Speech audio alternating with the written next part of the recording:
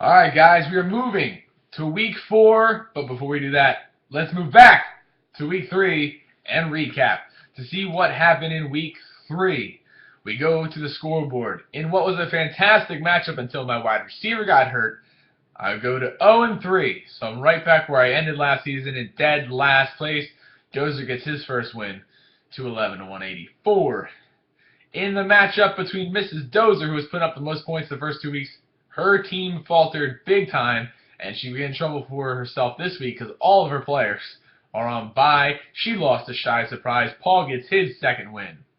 My brother squeaks out his first win, 137-124, which was one of the worst matchups in fantasy football history, but I guess the win's a win, as Mr. Rosencrantz falls way short. My ball, Zach Ertz, a 20-point win against the sales team. Saul Doan, last year's champion, also falling to 0-3 along with myself.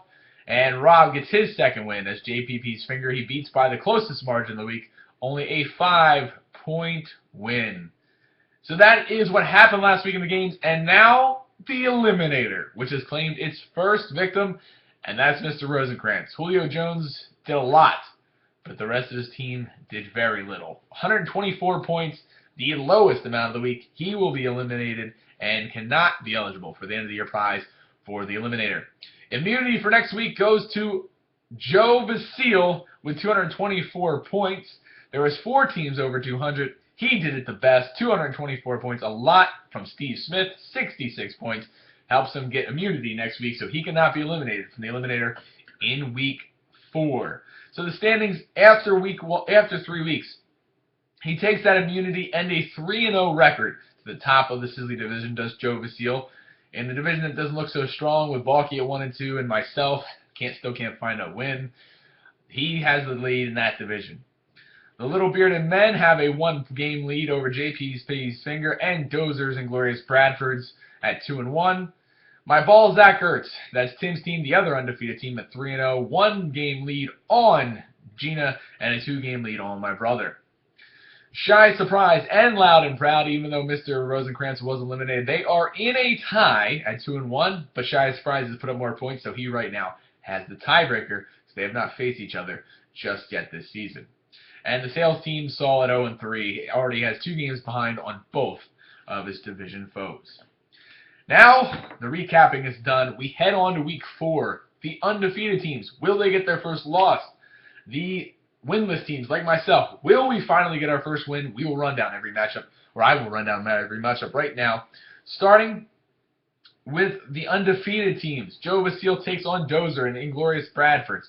Right now, Dozer is favorited in that matchup, and the rundown is probably because Le'Veon Bell is back. So we'll see if Dozer can get a second win, move to 2-2, and bring Joe Basile back to the pack.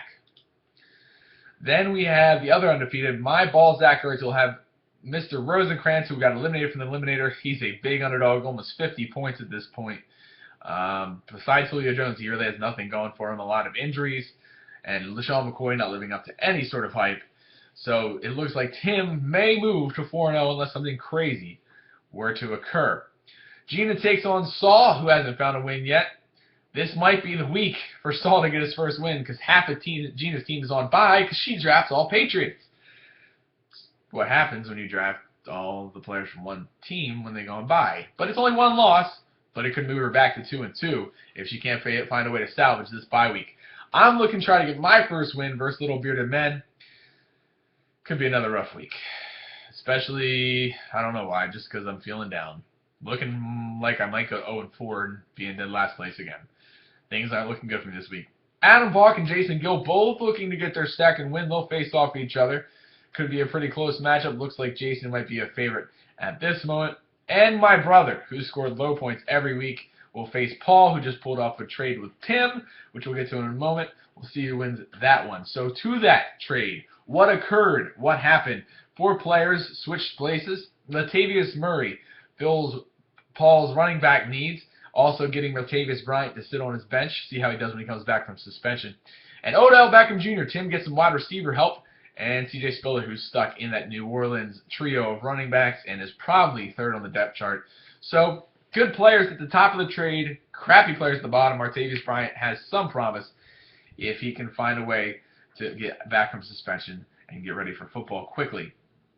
Besides that, we'll see if any other trades happen. Good luck in week 4. We'll see who's eliminated. It obviously will not be Joe Vasile, and we'll see if I can get my first win, along with Saldone, and can Gina survive a bye of the Patriots. See you guys next week.